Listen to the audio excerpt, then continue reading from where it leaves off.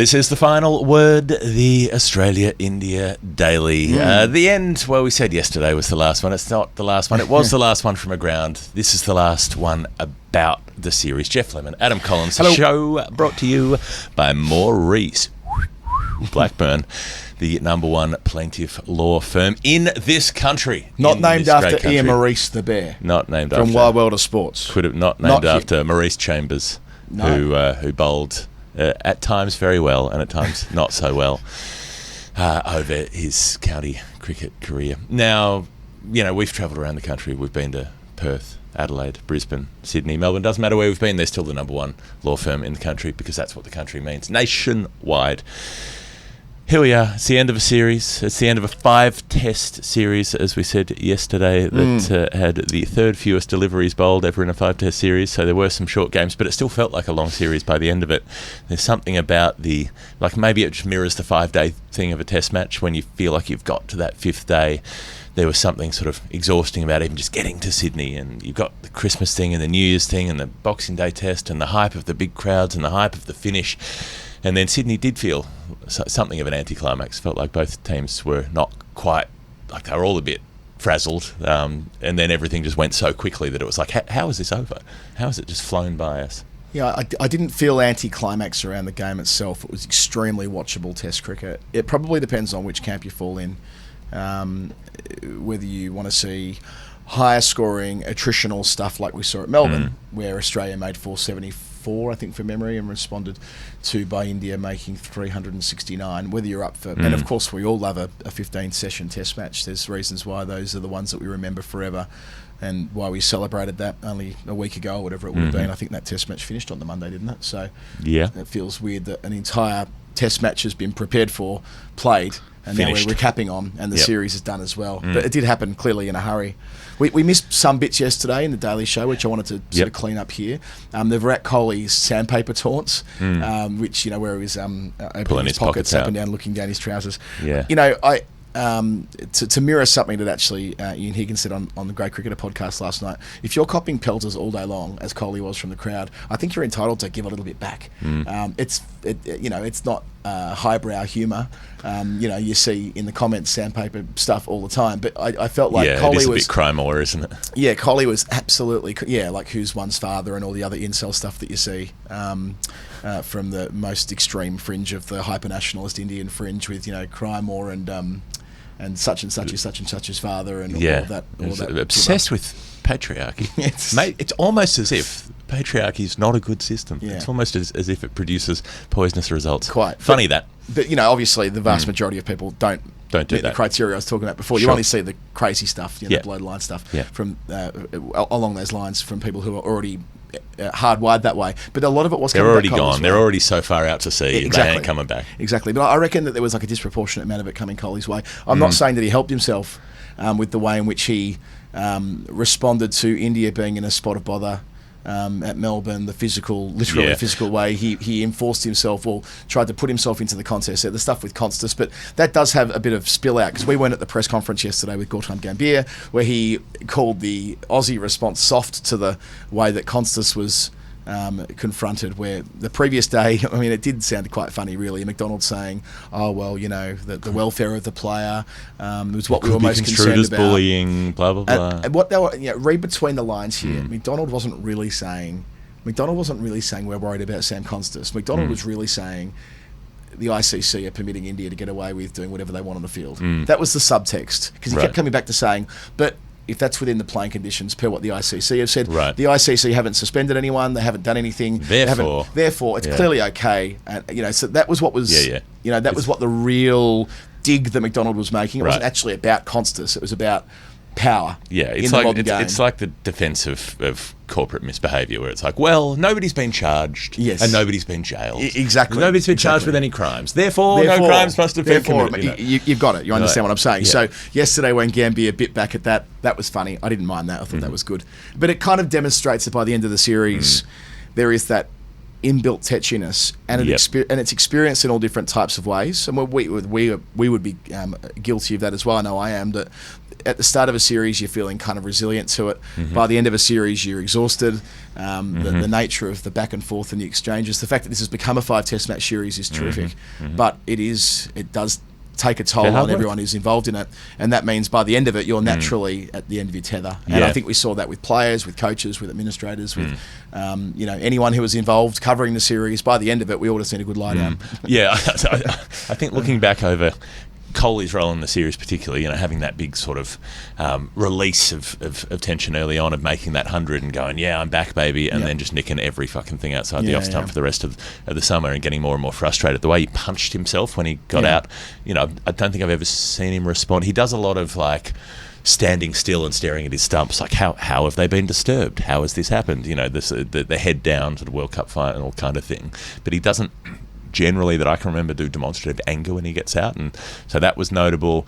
But looking back over it, I think the shoulder bump thing with Conscious was really shit. Looking back at it now, it's so deliberate, and he makes a specific point of doing it. And I think the kind of reprimand or whatever that he got, that's the sort of reprimand you might get if it's the bowler in the follow through and they're right there, and you just in the last split second you happen to sort of make a really split decision, somebody to knock into somebody else, then maybe you go, oh well, heat of the moment. But that's like, no, I'm about to do this, and now I'm going off to do it, and now I've done it. And I think that the penalty was inadequate. But I also think that when you've had, like you say, when you've had people going over the fence at you over and over and over again, you are probably going to respond at some point. I didn't even notice the pockets thing yesterday, honestly. Unless you're following the telecast, watching the game myself at the ground, I didn't pick up on it, and so I wasn't bothered about it, and I didn't care, and I didn't have a hot take to give. No, nor did I. But it was a big moment. I missed it too. I mean, I heard about it at lunch, but our radio coverage didn't feature too much on it or focus too much on it. But it's more an emblem of where things got to by the end, right? That where everyone was, from both teams, sort of feeling the pinch a bit there, which meant the release. He knows his team's probably losing the match. He knows he's frustrated. All of that, and he's just trying to find any marginal gain, if he can piss off one person in doing so on the way through. There's a bigger picture story about Virat Kohli, about when the time might be. I was firmly in the camp of let's have one more great time, one more rise. I still want it for him. I want Kohli to have one more run at being one of the best players in the world. It seems less likely the deeper and deeper we get into this malaise. But it doesn't mean we didn't want it. I mean, I don't think I've been... that 100 he made in Perth when he went from 29 to 30, which is such a significant barrier in Test cricket because, it's 30 of itself is a milestone when it comes to centuries. Not many people have done it, but passing Bradman on 29 felt noteworthy as well. I'm not saying that he's a better player than Bradman, by the way. I'm not comparing him there, but 29 for so long was the measure, right? And then Gavaskar went past it, and Border went past it, and others since. And the hordes have charged through the gates since then. And all there's of that. a lot of them in the 30s, but they play so much more cricket. Yeah, so there's all the Kohli stuff that was back and forth. It's the first time Australia have come from 1-0 down in a Test series to win since 1997. And remember, that was against England when they went 1-0 down in England in the Ashes at Edgbaston and came back and won the series. Not super comfortably, but comfortably enough. A 6-test series there, so one more test to drag it back. But they were under the pump after Perth. Go back and read some of the comments from the Perth shows that we were doing there, and after the win is completed for India, all these people are going, India's going to stomp them, it's going to be a whitewash, it's going to be 4-0, 5-0, all this stuff. Australia's cooked, they're gone, they're done, they're too old, they're too shit, they're too slow, all the rest of it. Pat Cummins went to Coldplay, all of that stuff was there was a complete writing off of this side. And I think at the end of this series, some of it is still true. Some of the weaknesses are there. They were... Ropey in Adelaide and got bailed out by Travis Head. That last day in Brisbane when they got taken apart and then pretended it's because they were playing aggressive shots when that wasn't actually what happened.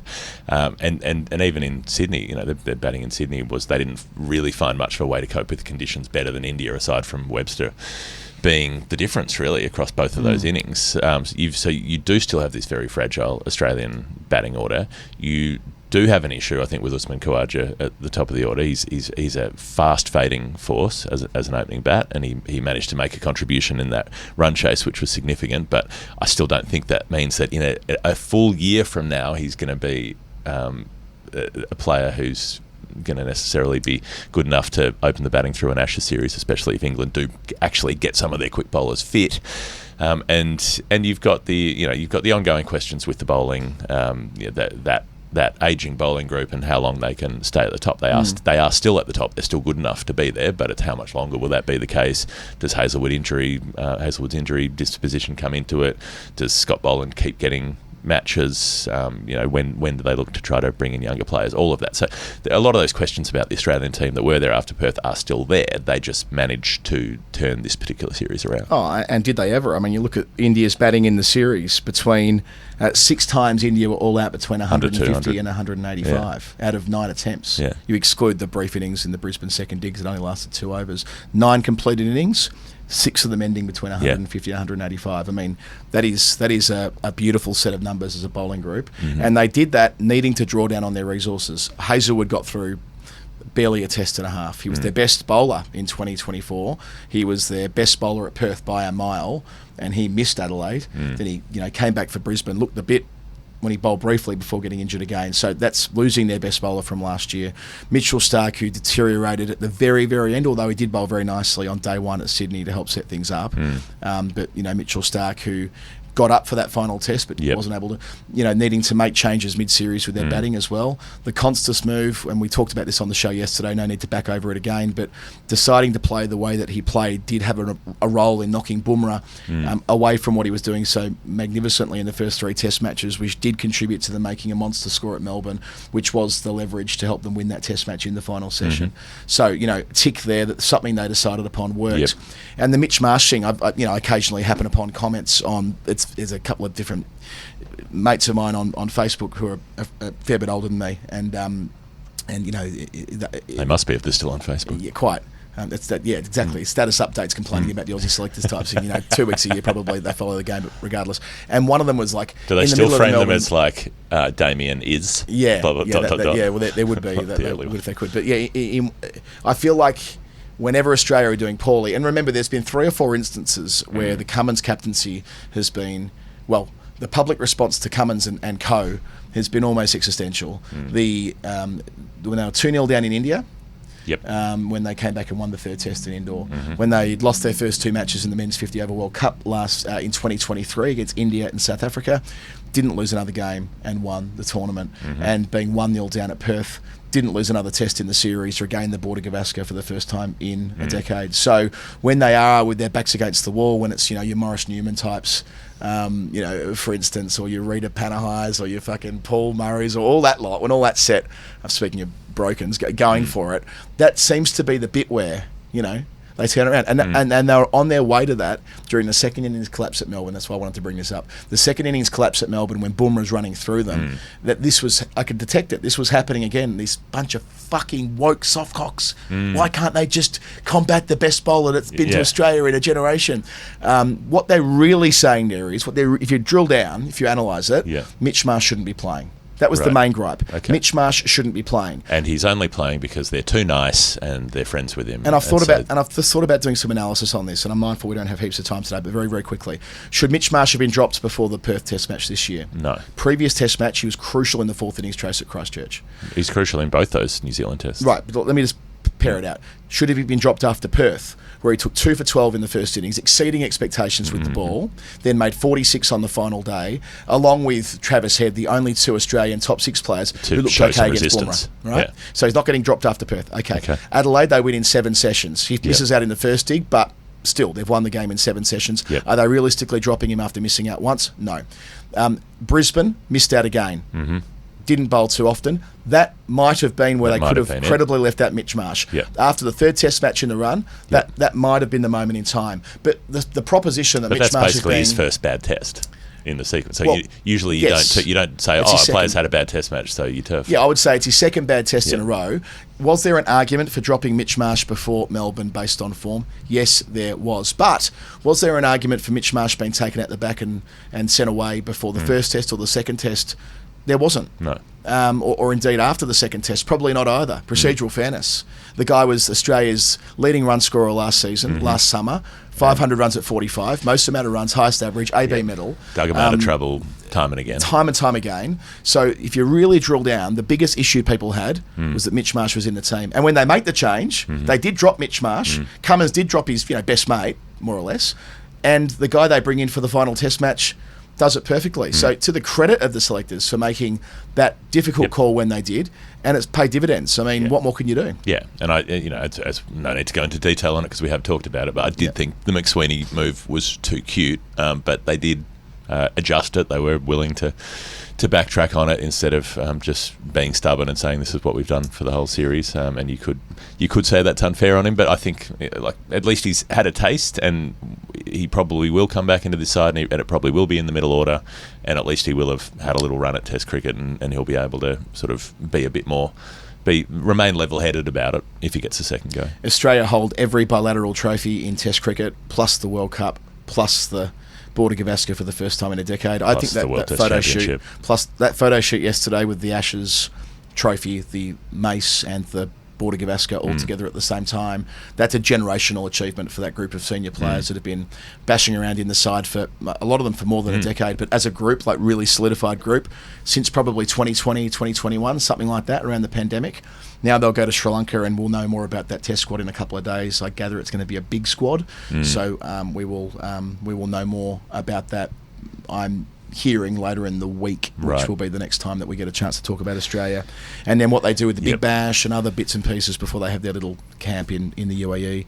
And Geoff, maybe a parting thought on India. They haven't made the World Test Championship final. They have bilateral one-day cricket to come. They don't play Test cricket now until after the 4-month IPL when they play England in England. They remain a team in transition, and in all probability they're going to have a new full-time captain. It was a curious series for India. I was thinking about this yesterday. It must be so frustrating if you're someone invested in that team to have them dominate in Perth after that terrible first day. So I mean, don't forget that India turned it around after getting bowled out for 150. That was and that was Bumrah. It was riding on Bumrah, but they have the batting to follow it up afterwards. Jaiswal does the job that he does. Kohli comes in and makes sure that there is no way out for Australia in that Test match. They don't just win; they thump Australia in Perth, where it's supposed to be difficult for visiting teams to win.